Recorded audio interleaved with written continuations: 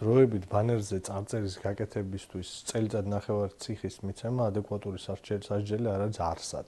არც ჩრდილოეთ კორეაში, არც რუსეთში და არც აფრიკის ყველაზე მიყრუებულ დიქტატურაში.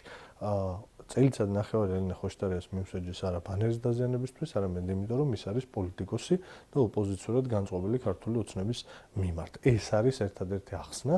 ეს თუ ესე არ არის, მაშინ ამაზე ბევრად მძიმე დანაშაულისთვის, როგორც არის მონუმენტის დაზიანება, ქართული ოცნების პროპაგანდისტი გია გაჩეჩილაძე ციხეში უნდა მჯდარიყო მინიმუმ წელიწად ნახევარი, თუ არა ბევრად მეტი, იმიტომ რომ მან მუდმივი მონუმენტი დააზიანა წარწერით.